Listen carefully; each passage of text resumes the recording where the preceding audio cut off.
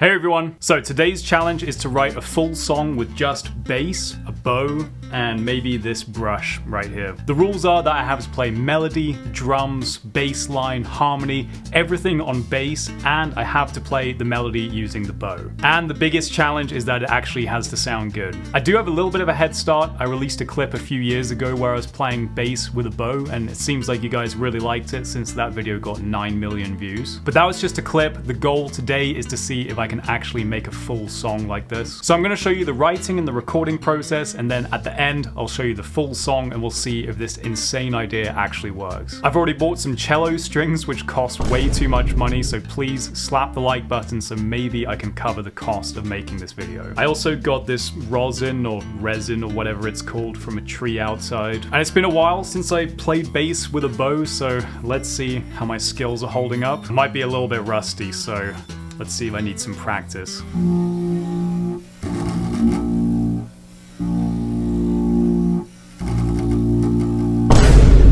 So yeah, I was quite rusty, but after about 20 minutes of intense practice, I did manage to get a decent tone.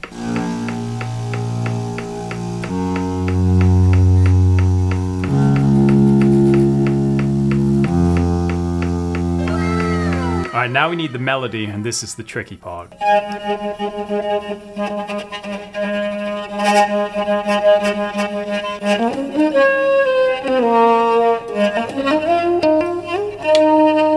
The melody was tougher because there's a lot more changes of articulation and bowing, but eventually I did get this.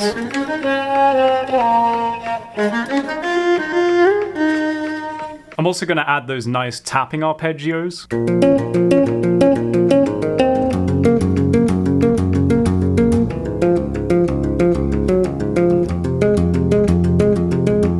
Alright, now's the point where we're in uncharted territory because we've got the melody and the bass line, but we don't have any drums yet. For the drums, I'm going to switch over to the regular CB4 that just has normal bass strings on it because they're bigger and I think they're going to have a more percussive sound. Let's start by getting a good kick sound. I think the basis of this will just be slapping a dead E string.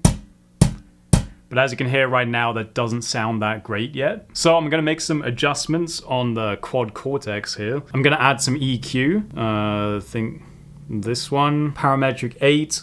And what I'm going to do is do a big boost in the low frequencies and a big cut in the middle because we don't really need any of that. Increase over here, just like a insane scoop.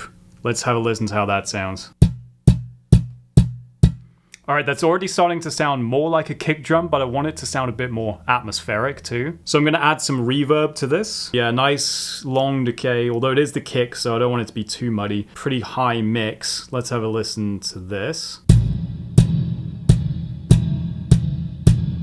Yeah, I can work with this. Alright, we've got the kick sound. Let's go for the snare now. For this one, we actually want kind of the opposite thing for the EQ. So we don't want too much of the low end. And we do want a good amount of highs. And I actually am going to go for a crispy snare on this one. Get the really high frequencies up as well. And then I'm just going to strum the highest string really hard. And I hope that it gets this nice, snappy, crisp snare sound.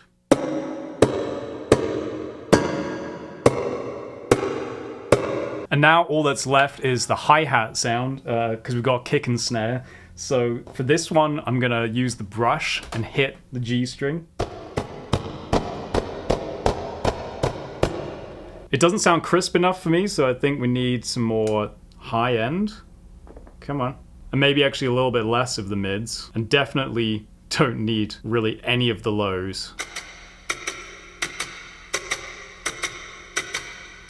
Alright, let's have a quick listen to everything together now.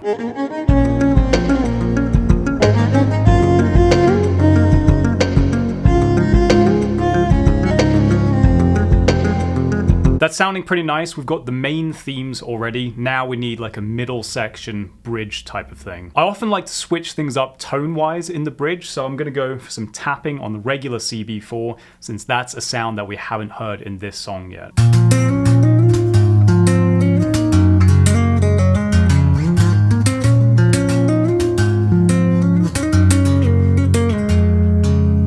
Okay, so we've got basically all the sections of the song recorded now, I've just got to mix and master it. For this song, there's not too many tracks. It's quite a sparse arrangement, so it won't be too challenging. I'll do some basic panning to make sure each instrument has its place in the stereo image. The tracks are a bit noisy, so I'm going to use the Waves X noise plugin to remove the hiss. I'm also going to add some compression to each track just to even out the dynamics and do some EQ adjustments to get everything balanced. And lastly, I'm going to use Isotope Ozone to master the track and get it up to a loudness that's comparable to other music out in the world. Alright, the song is fully recorded, mixed, arranged, mastered.